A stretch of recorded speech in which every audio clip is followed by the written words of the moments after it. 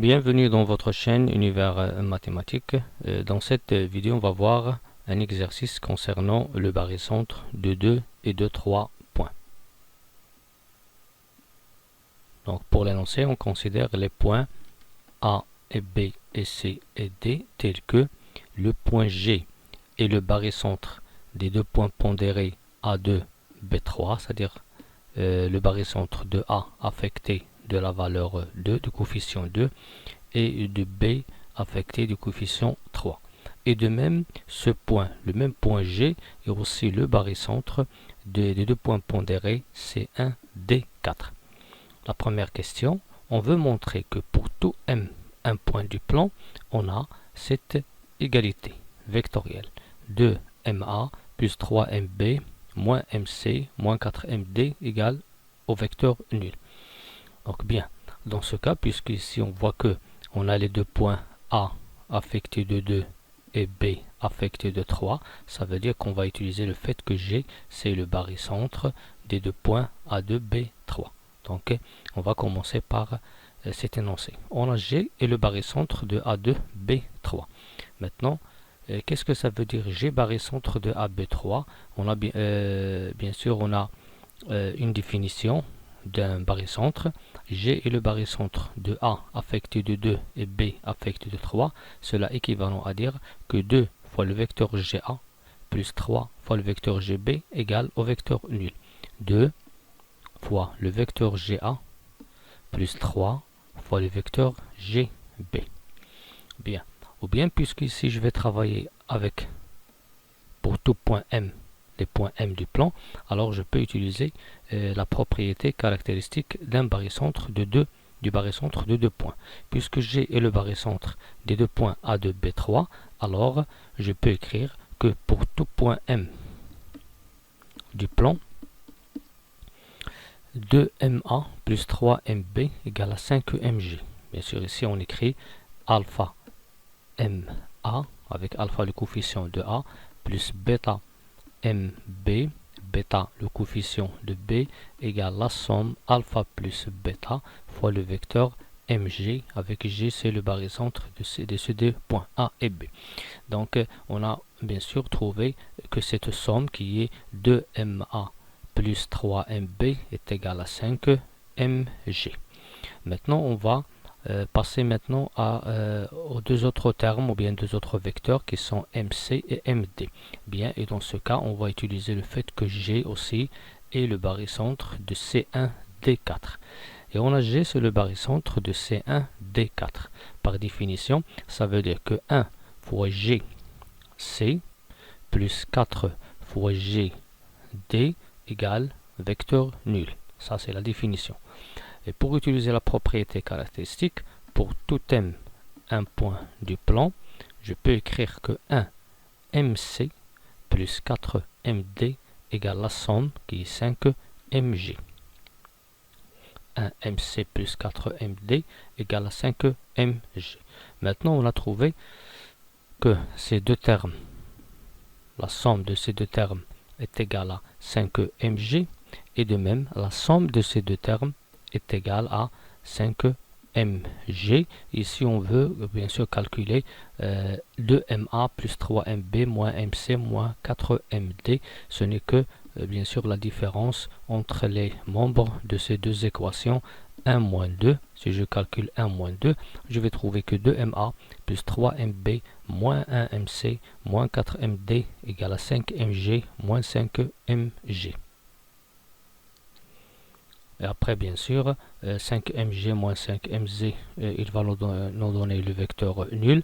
Il reste bien sûr la somme de ces quatre vecteurs, ou bien quatre termes ici. 2ma plus 3mb moins 1mc moins 4md égale au vecteur nul. Bien, maintenant on passe à la deuxième question. On veut déduire que D est le barycentre de A de B3, C moins 1. Donc, déduction, ça veut dire, on va utiliser la question précédente. Bien. Mais qu'est-ce que ça veut dire des barycentres? Ça veut dire que 2, je commence par le coefficient de A, 2DA plus le coefficient de B, 3 dB moins, qui est le coefficient de C, moins dC est égal au vecteur nul. Si je trouve cette égalité vectorielle, alors ça veut dire que D c'est le barycentre de A2, B3, C moins 1. En déduction, ça veut dire on va travailler avec la question précédente. On a montré que 2MA plus 3MB moins 1MC moins 4MD égale vecteur nul. Donc cette égalité il est vérifiée pour tout M un élément du plan. Je peux par exemple essayer d'utiliser la relation de Charles et écrire MA sous la forme MD plus DA, MB sous la forme MD plus DB, MC sous la forme MD plus DC, etc. et simplifier. Mais dans ce cas, on va seulement, puisque cette égalité il est vraie pour tout M un élément du plan, alors je peux remplacer M par le point D qui est maintenant que je veux montrer que c'est un barycentre, que le barycentre. Bien, donc je remplace M par D. Je remplace ici M par D, puisque M est quelconque, je peux remplacer par n'importe quel point. Alors, je vais obtenir 2DA plus 3DB moins 1DC moins 4DD. 4DD, ça donne vecteur nul, donc il reste 2DA plus 3DB moins 1DC égale vecteur nul, et cette égalité, ça c'est la définition du fait que D est quoi? Et le barycentre de A affecté de 2, B affecté de 3 et C affecté de moins 1.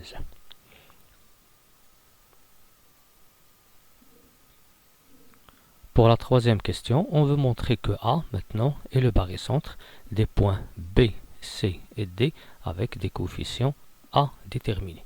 Bien, qu'est-ce que ça veut dire A barycentre? Ça veut dire que alpha AB, puisqu'ici je ne connais pas les coefficients, alpha AB plus bêta AC plus gamma AD égale vecteur nul. Bien, si je trouve cette égalité avec bien sûr alpha plus bêta plus gamma différent de 0, cela veut dire que A est le barycentre de A affecté de alpha, C de B affecté de alpha, C affecté de bêta et D affecté de gamma. Bien, je peux bien sûr raisonner en utilisant la première question qu'on a montré que pour tout M un élément du plan, 2MA plus 3MB moins 1MC moins 4MD égale au vecteur nul. Ça c'est très facile, je peux remplacer M, puisque M est quelconque, je peux remplacer par A. Si je remplace par A, je trouve 2AA, 3AB, moins 1AC, moins 4AD. 2, le vecteur AA c'est un vecteur nul, donc il reste 3AB moins AC moins 4AD est égal au vecteur nul. Donc ça c'est le alpha. Ça c'est le bêta et ça c'est le gamma, et puisque 3 moins 1 moins 4 est différent de 0, alors ça veut dire que A est le barycentre des points pondérés A, B affecté de 3, C affecté de moins 1 et D affecté de moins 4. Je peux de même utiliser une autre méthode, mais ça c'est la méthode la plus simple en utilisant la question numéro 1. Bien, je peux passer par le fait qu'on a déjà démontré dans la deuxième question que D c'est le barycentre de A2, B3, C-1. Puisque D c'est le barycentre de A2, B3, C-1, donc je peux utiliser soit la définition, soit la propriété caractéristique. Pour la définition, je peux l'écrire ici, 2DA plus 3DB moins 1DC égale vecteur nul.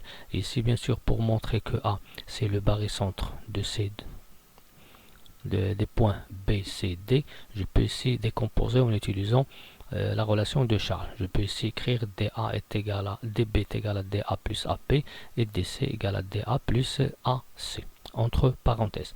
Après je passe à la simplification. Je vais trouver 2DA plus 3DA plus 3AB moins DA moins AC égale vecteur nul. Donc ici bien sûr 2DA plus 3DA moins DA, ça donne 4DA et 3AB moins AC. Donc je trouve 3AB moins AC plus 4DA égale vecteur nul. Et bien ici on voit que 3AB, c'est-à-dire que B il est affecté de 3, moins 1 à C, c'est-à-dire C il est affecté de moins 1, et moins 4 à D, c'est-à-dire que D il est affecté de moins 4, et bien sûr puisque la somme de ces trois coefficients est différente de 0, alors je peux dire que A est le barycentre des points A, B, 3, C, moins 1, D, moins 4. Ou bien je peux utiliser, sans utiliser l'égalité de la définition, je peux utiliser la propriété caractéristique pour tout un point du plan. On sait que D est le barycentre de A2, B3, C-1, donc 2 MA, donc 2 fois le vecteur MA, plus 3 fois le vecteur MB, moins 1 fois le vecteur MC est égal à la somme de ces trois coefficients fois le vecteur MT. Bien. Et puisque M c'est un point quelconque du plan, M c'est un point quelconque du plan, je peux remplacer ici M par A. Et je vais obtenir cette égalité très simplement. Donc je vais obtenir, si on remplace par A, on va obtenir 2AA plus 3AB moins AC égale à 4AD. 2AA ça donne un vecteur nul, reste 3AB qui est bien sûr 3AB, reste moins AC qui est moins AC ici, et bon, bien sûr 4AD à droite, je vais la placer à gauche, je vais écrire 3AB moins AC moins 4AD égale vecteur nul. Donc on trouve le même résultat, c'est que A est le barycentre des trois points B, C, D affectés respectivement par 3, moins 1 et moins 4. Donc A c'est le barycentre de B3, C-1, D-4. Merci.